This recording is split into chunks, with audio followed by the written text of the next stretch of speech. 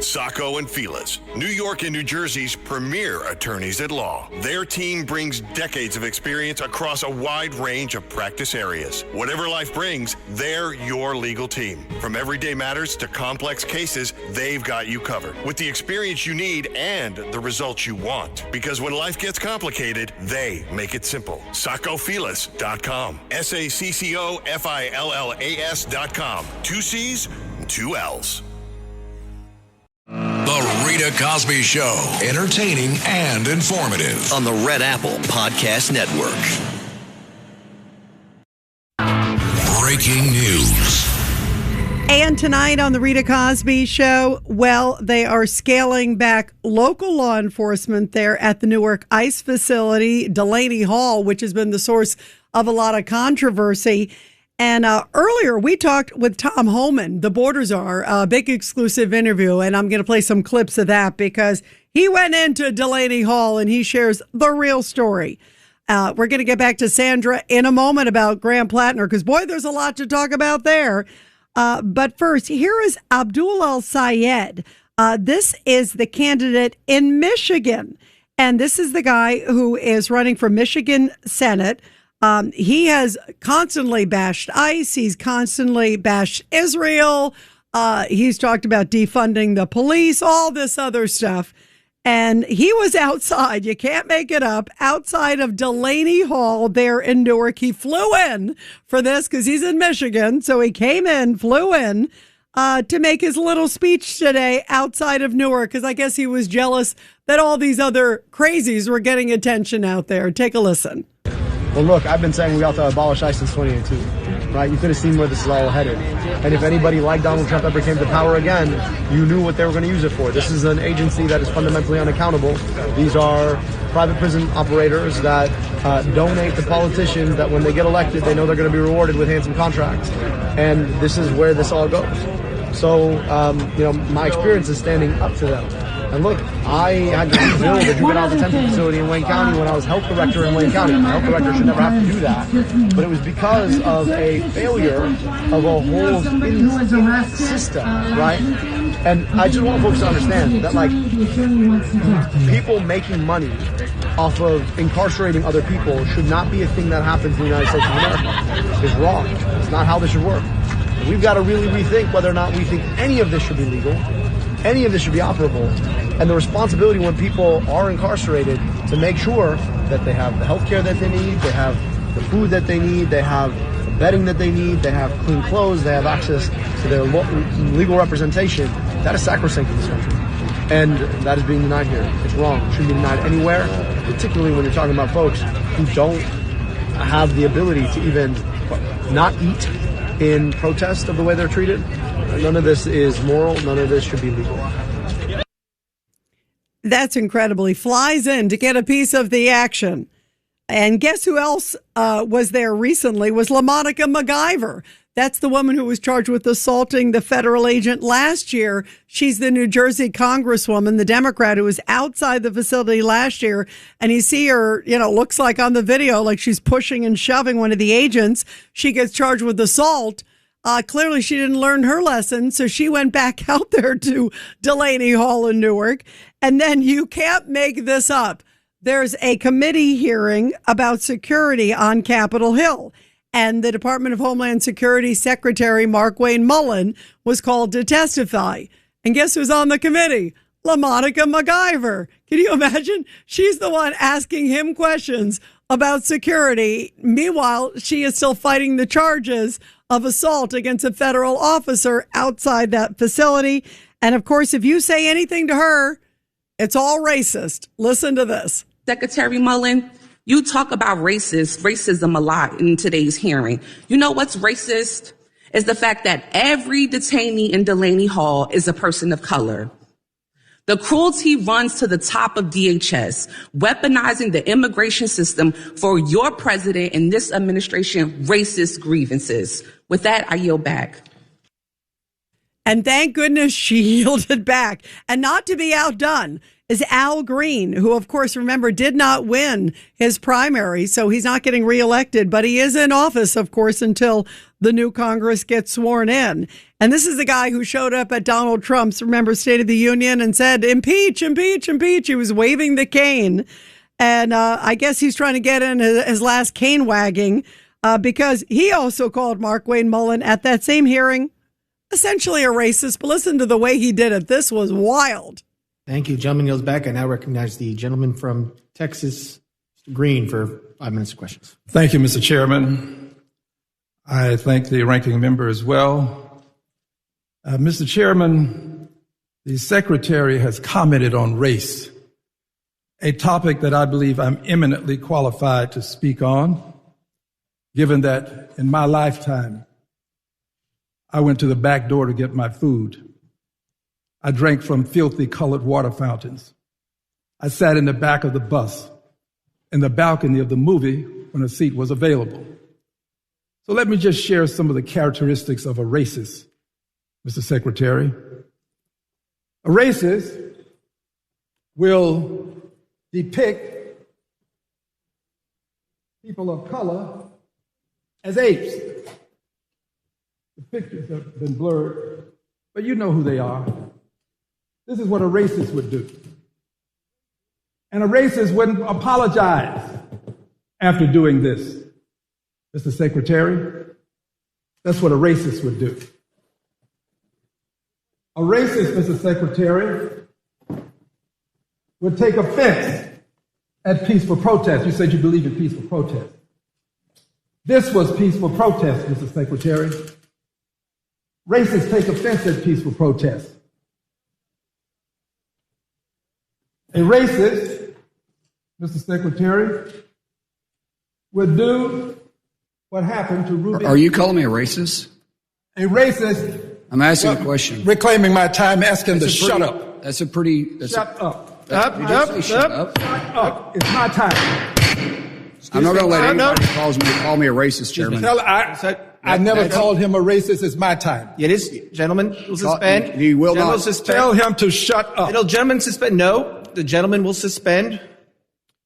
No one will call me a racist. I'm Cherokee too. My family has been pretty tolerant. I ask that my time be restored. I ask that my time be restored. The clock has been stopped since I suspended the clock. I will continue to interrupt as long as someone's sitting there assuming I agree. me a racist. And as I said before, there will be no addressing anyone's character in a negative way. By the way, Mr. Green, I need you. When you're speaking, I need you to speak into the microphone because I can't hear you up here. But we will. Evidently, his constituents heard enough of him because they voted him out of office. What an exchange. And he had pictures too. So it wasn't just verbally, and these big poster boards too. Al Green, we will miss you. Wow, wow, wow. By the way, you guys know I always love reading your tweets at Rita Cosby, and Squishy at Squishy Lamore says Rita, Platner's wife could be showing Stockholm syndrome or is his enabler. Very true. It's like blink twice if you're still being held hostage, Amy. Blink 3 times if you can't wait to get rid of him. Also, Sal says, Rita, instead of taking President Biden to a doctor when Jill Biden thought he had a stroke, she took him to a Waffle House. That was after the debate, remember, guys. I did not realize that waffles were used for medical emergencies such as strokes. Maybe if it was IHOP, it would have been different, right, Sal? 1-800-848-9222, 1-800-848-9222. And let's go back to Sandra. Sandra, thank you for your patience. Go ahead.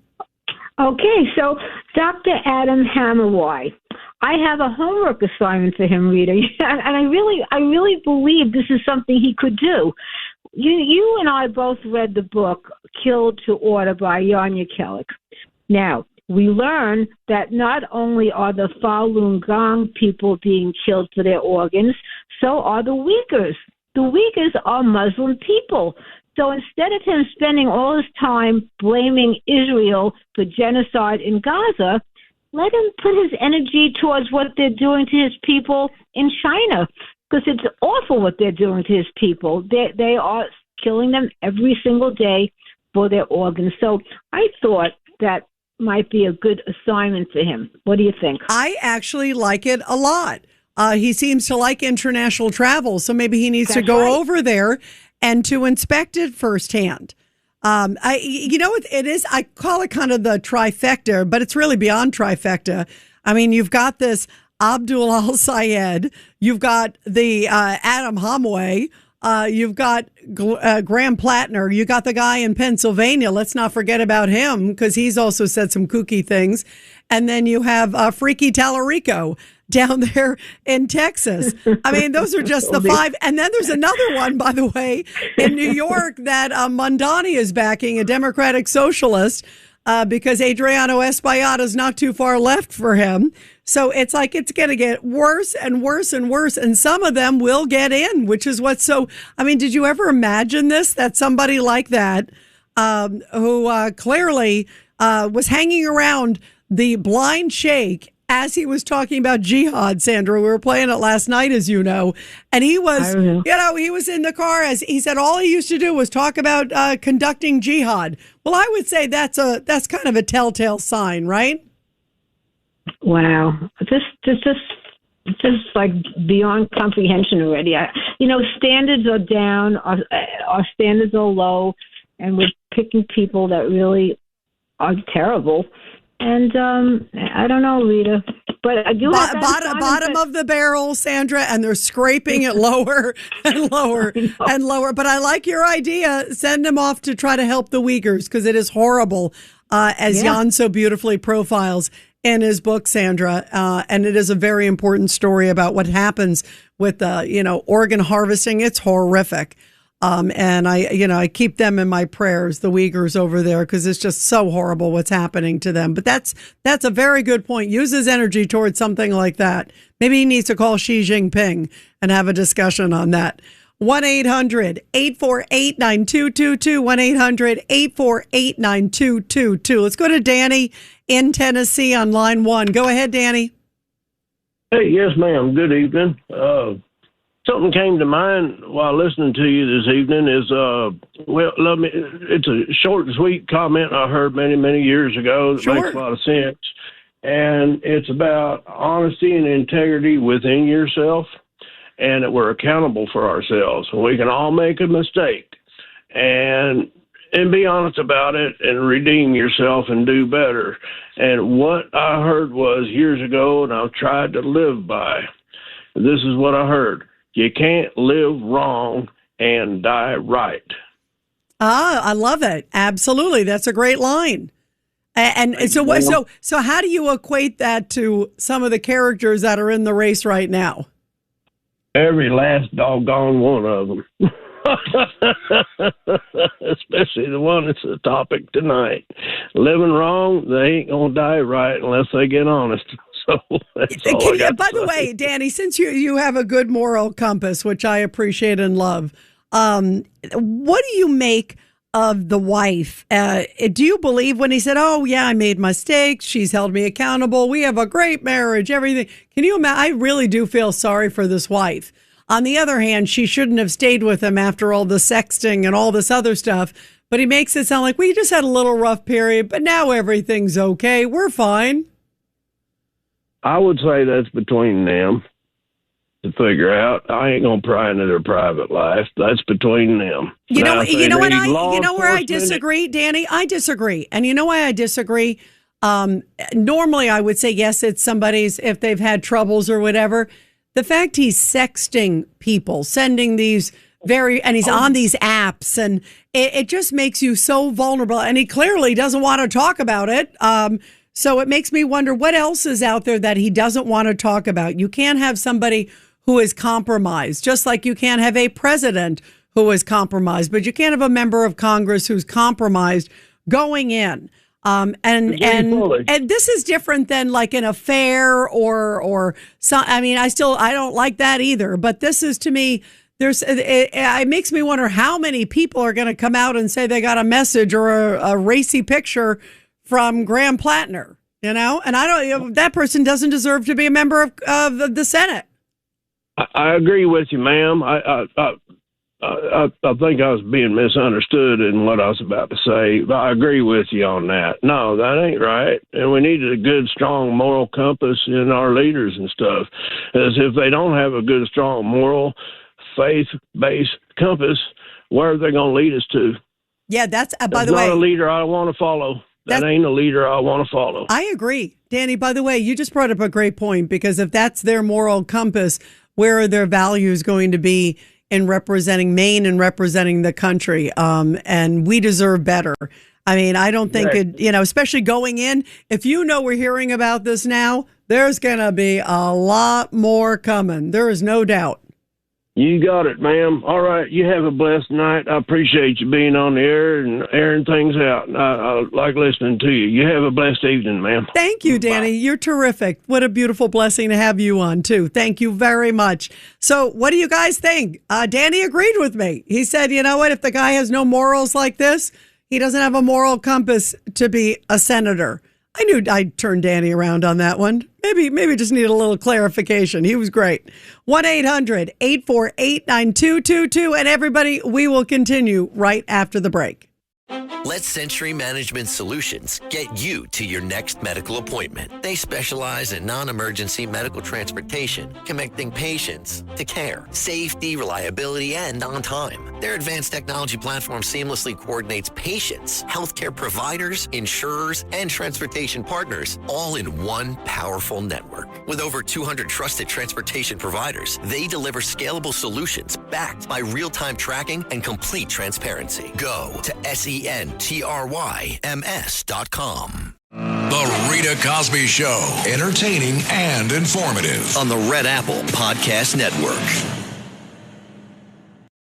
And let's go to your calls, guys. Let's go to Charles in Rockland County, line 1. Go ahead, Charles. Hey, Rita, thank you for taking my call. And, of course, you have a wonderful show. I listen to it every time I drive home from work. Oh, awesome. Thank you, Charles. Nice. Awesome. Yeah. But I think one of the things that's missing in this conversation is how people get nominated by their party. And look, it's not Democrats versus Republicans. Most people, we all get along. We all have similar values. We all want to raise a family, protect our futures. Absolutely. For our children. But what happens is, let's just call it your average person, your common person, doesn't want the hassle to have to stand in the breach to defend what we consider normal. And we get these constituents who nominate these fruitcakes, and we have a choice to vote for the worst or the best of the worst type candidate. That's a great point, Charles. And you're right. A lot of people don't want to run. And then a lot of them also get picked by the party. Like they're like veteran, check. Businessman, check. Loony, I guess they didn't check. The Rita Cosby Show. Entertaining and informative. On the Red Apple Podcast Network. Well, Graham Platner is definitely living in the fast lane. It's like well past the speed limit, especially on the speed dial with those sexting things. This is just getting worse and worse, and I can't believe this is the next big primary that's coming up. Of course, we still don't know the results of the California primaries. That could take another 12 days at least. They actually have basically 2 weeks from when they actually do their submissions. You can't make it up. From when they actually put their submissions in and submit the ballots. The ballots have to be postmarked on the day of elections. They can't be postmarked after that, but if they're postmarked on that day, then they could be counted up to 13 days afterwards, and then it's certified June 26. So it may be a little bit until we know. Of course, they have a whole bunch of absentee ballots right now. Steve Hilton is still leading, 27.2%. Javier Becerra, 26. Tom Steyer is picking up some points in the absentee ballots. He's now 20.2%, and it's 60% of the vote is in. So Tom Steyer is kind of gaining a little bit, still has quite a bit to go. But we'll see. There still is another 40% of the ballots to be counted. So let's see where this goes. I don't have a lot of faith in California, but this year, it could be the year of Steve Hilton and Spencer Pratt. Imagine that. In the meantime, we are talking about the Delaney Hall ICE facility in Newark. And also all these crazy characters. You got Abdul El-Sayed, who happened to show up there. He flew all the way in so he could be outside. You got Graham Platner dealing with some more crazy allegations coming from ex-girlfriends who say, yeah, he knew what those tattoos were. He knew that it was a very vile Nazi tattoo. He also, one of them accuses him of physically assaulting her. That's a huge problem. And yet Graham Platner just wants us to believe that he's squeaky clean, maybe a few problems, but everything's fine. No big deal. Well, members of Congress are running away from him when they're asked questions. They're just trying to buy time and maybe see what happens in the primary. And then others like Ro Khanna, as I mentioned, he's doing a rally for him tomorrow. I mean, how desperate is Ro Khanna? From California, by the way, let's not forget that. In the meantime, at Delaney Hall earlier today, we talked with Tom Homan. Now, Tom Homan is the border czar.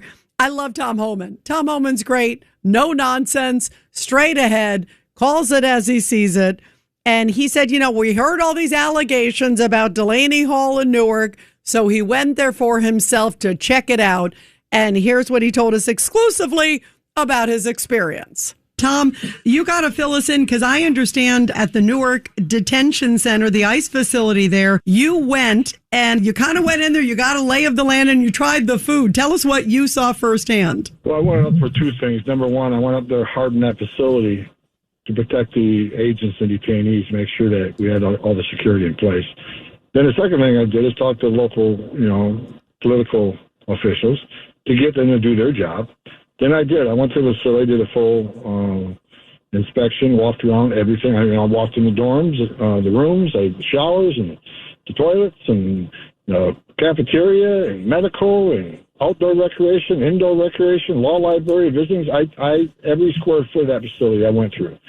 And I was just putting down all the false media, all the false reports that simply, first of all, there was no hunger strike. There never was a hunger strike. There were people that didn't eat in the cafeteria, but they were ordering food from the commissary. So people were eating. Some just chose not to eat in the cafeteria. And as far as the food was terrible. After that inspection, I made another unannounced visit on Saturday, came in at lunchtime and told the director, I want to eat lunch. I want to eat lunch in the cafeteria with the detainees. I want the same food they eat. And, of course, I had my security, around me, but I sat there, ate the same food they ate, and it wasn't bad. I mean, it wasn't Ruth's Chris, but it was spaghetti and meat sauce. It was green beans. It was charred beans. It was bread and butter. It was a dessert. It was a fruit drink. I mean, I didn't eat the dessert, but I ate everything else. And not only that, I'm a pretty big guy. I didn't finish it all. So, bottom line is, all these stories are fake. And when I asked the governor, okay, give me the details. Who supposedly had a miscarriage? Who didn't get their medication? Who is on a hunger strike? I mean, you're making all these allegations. Please give me specifics so I can run it down. They had no specifics. They had no names. They just said, what's what we're hearing. Look, this happens all the time. Detainees will make stories up. They don't want to be detained. So they think if they create enough noise that they'll be released or what just happened. Because of the Democratic politicians whose main goal is to end ICE detention and to end ICE, they went up there Memorial Day, an insult to the war veterans who were supposed to honor that day, and started this. And guess what? They ended up dealing with it because I went up there and I said, you guys need to do public safety. Our job is immigration enforcement. This is our facility. I'll protect our facility, but the people outside that are assaulting officers, damaging property, that is your job. And they did it. And what did the whole world see? That these idiots were attacking state troopers. Can you imagine? They were just attacking anybody in uniform. So in other words, they were attacking ICE And then when they saw somebody else in uniform, like the state troopers, they went after them. They have no respect for law and order. So I hope that sends a very clear and powerful message to New Jersey, although I'm not sure they got it, because Ross Baraka, the mayor there in Newark, has ended his curfew, and then now he's pulling out his representatives. And he's kind of saying, we can't just have officers there all the time. We're going to have to essentially let the ICE fend for themselves. They're just going to have to sort of do it by themselves, because that's the only way we can kind of afford it. We're not going to protect them. God forbid we do that. God forbid we give cover to our great men and women in blue on the federal side. Well, here's another clip from Tom Homan. I love Tom. He's like tough talking. He's just great. I adore Tom. So here is Tom Homan. I also asked him in the same interview earlier today on Katz and Cosby, me and John Katz, we were talking, and I said to Tom Homan, I said, what do you think of the new law that was passed in New York State? Now, of course, the feds, and I think anybody with common sense has clear problems with it, but New York State just passed in the legislature, and the governor signed it, a new bill banning essentially cooperation with local law enforcement and the feds when it comes to illegal immigrants, also banning where they can go, saying they can't wear masks to protect themselves. They're being doxxed. They're shouting these vile things saying, we're going to kill you and your family. Well, too bad. New York says, we got to see who you are. So I asked the $64 million question, what are you going to do, Tom? Here's what he said. I want to ask you about New York State sanctuary law, because it essentially says, local cannot cooperate with the federal. The federal can't be, according to New York State, in public places like a park. I mean, that's crazy. And then also no masks. What's your response to New York State, Tom? Good luck with that. Bottom line is, I made a promise that if the governor signed this, that's going to take away the efficiencies of the jails, the efficiencies of 287G. Now, rather than one agent arresting one person in jail, we got to send a whole team out there. So you're going to see a lot of agents come to New York City, and people say, well, you made that threat. What's it coming at? First, I'm not going to tell them. But second of all, the plan's been working, and we'll be there. And every illegal alien that we arrest in New York State, we're going to fly out of state to detain, because she says now we can't rent a bed from the local sheriffs. If I got no place to bed them down, then we're going to move them out of state. And how does that help the migrant community? How does that help? Because a lot of people we put in custody, they'll be in custody for a while while they go through hearings. And, I got no problem them being in the local area so their families can come visit while they're going through this process. But she has forced us to move every arrestee out of the state, away from their families, away from their attorneys. So, you know what? She gets what she deserves, because I talked to her before they signed that legislation and told her what happened in Minneapolis, the success we had in Minneapolis, because over 80 sheriffs came to the table and helping us get the bad guy in the jail. She did the complete opposite of what showed effective in Minneapolis. I had a long discussion with her. She chose to do it anyways and fold to the hard left. Well, it's coming. You could tell Tom Homan does not mess around. 1-800-848-9222. 1-800-848-9222. Let's go to Joaquin in Pennsylvania, line 5. Go ahead, Joaquin. Good evening, Rita. I hope after this call that you still like me, because all right, go ahead. Bring it on, Joaquin. Let's see what you got tonight, my friend. Yeah, no, I got a few things to say about Graham Platner. Unfortunately, all this stuff is just not going to stop him from getting into office. As a matter of fact, I can almost guarantee you that Graham Platner will win. And you know who's going to vote for him? Women. Women will vote for him. Half the voting. No. Joaquin, I dispute that. Why do you believe women are deeply offended by this guy and his activities and the way he, by his own admission, seems to be cheating on his wife left and right? Women love a bad boy deep down inside. Unfortunately, just wait and see. Unfortunately, this is what's going to happen. And, let's face it, he is a good-looking guy, and he has that manly-sounding voice and everything, So he has that kind of alpha male persona. Which is, by the way, Joaquin, why they picked him. And I think, I go back to, I look at, what happened with Mikey Sherrill. Mikey Sherrill in New Jersey, governor of New Jersey. She's a former pilot, had an impressive military background, impressive career, all that other stuff. And because of all of that, you look at Mikey Sherrill and her background. You go, oh, that looks pretty good.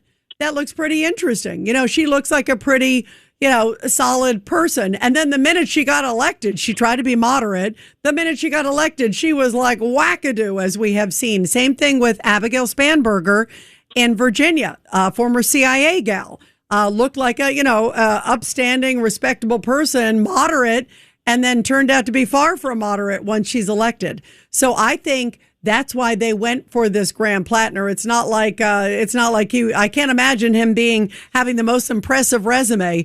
I think you hit it exactly on the head in terms of he looked the part. He looks like kind of a lumberjack. He's got this. They saw a veteran of all these years. Thought, oh, he's a veteran. He's an independent, oyster guy. He's attractive. He's sort of like spunky. But to me, he is not attractive when you hear all these gross things about him. Like, I think maybe at first women were going to say, oh, he seems like a nice guy or hardworking guy. But I think the more and more, the other day, The View, which is, of course, all the ladies out there on The View. And they've kind of stuck with him. They stuck with him during the Nazi tattoo. They stuck with him with a lot of the stuff. The minute sort of the sexting stuff came out, he was done. He was done with them. And I think the sexting stuff, and I think more's going to come out, between now and primary day. And if he wins, God forbid, I think we're going to be hearing it a lot more. But I think there's a lot more. And I think the more and more of that kind of yicky stuff and the picture of him and his towel, it's like, this is well beyond a bad boy. This is a bad boy, Joaquin. I know, Rita. But, the other thing, too, is the fascination with the World War II German army. Any military enthusiast like I am, actually, when you take aside the atrocities and you look at the World War II German military, it actually is quite advanced. And many of our technologies, especially in the First Gulf War, were based on a lot of World War II German technology. Even the design of the helmet in the 1980s, depending on where you look, because some people want to dispute it, but it was based on the World War II German helmet. They had the first fighter jets. I had an uncle. Remember, my parents grew up in Nazi Germany, and the Nazis executed my grandfather, so I have no love for the Nazis. He was a and war my dad saw plenty of Nazis in his day, as you know. But Joaquin, the issue is he's claiming he didn't know what that tattoo is. And one of his ex-girlfriends is saying he definitely did. He was kind of bragging about the specific type it was. And whether that's a he said, she said. But what's pretty clear is it was on his body, as he was saying tonight, 17 years. So you're telling me you put this huge tattoo all over your body in a very big place, on his breast. You could see it there on his chest. And you look at it every single day. And he seems to like looking at himself. So you look at it every day and then you don't know what it is. I mean, he's not an idiot. Right. Well, here's what I would actually look at, what nobody is looking at. Do you remember John Kerry when he ran for president and he was bragging about his military service? Oh, yeah. The medals. Exactly. The medals. Yep.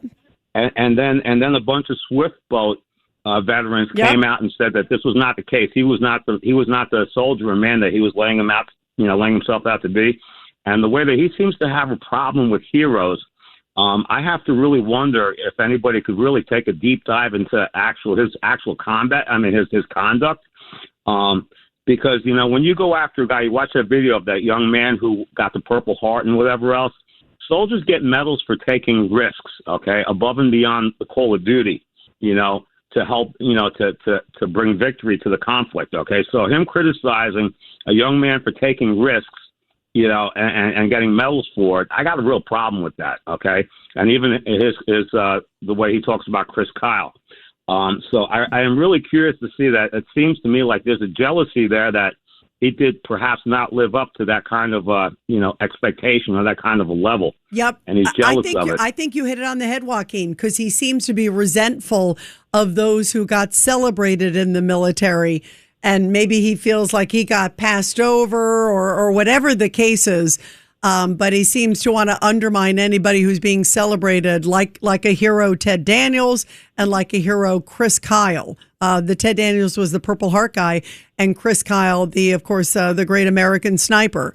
He seems resentful and jealous. There is something there. I agree. It's worth looking into, Joaquin. That's for sure. It's always great. And I would never be mad at you, Joaquin. I love you too much. It's great to hear from you. Thank you very much.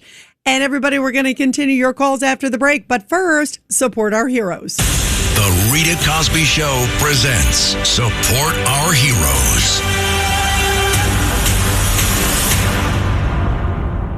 And this is the Tunnel to Towers Foundation Support Our Heroes segment with a very powerful story from Oakdale, California, where the mayor there presented a special certificate of recognition on behalf of the city of Oakdale to World War II veteran James Adams to mark his 100th birthday and to thank him for his great service in World War II.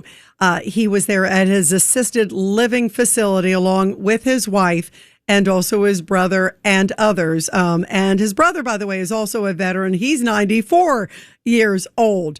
By the way, Jim enlisted when he was 17 years old and served on several ships in World War II. Definitely had a beautiful and esteemed military service. And the chaplain there said, today we are celebrating more than a century of life. We're celebrating a century of courage, honor, and patriotism. And bravo to Jim, 100 years old, and also to his brother, just a few years younger, a family of service. And everybody, all it takes is just $11 a month. Donate $11 a month to make an incredible difference with the best organization out there. That is the Tunnel to Towers Foundation. Be sure to check them out at T2T.org. That's T, the number 2, T.org.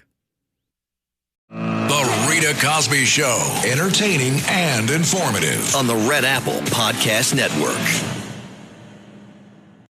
Graham Platner is a bad boy. That is for sure, guys. Let's go to Alice in Ohio. Alice, I feel like I am watching like a real life soap opera.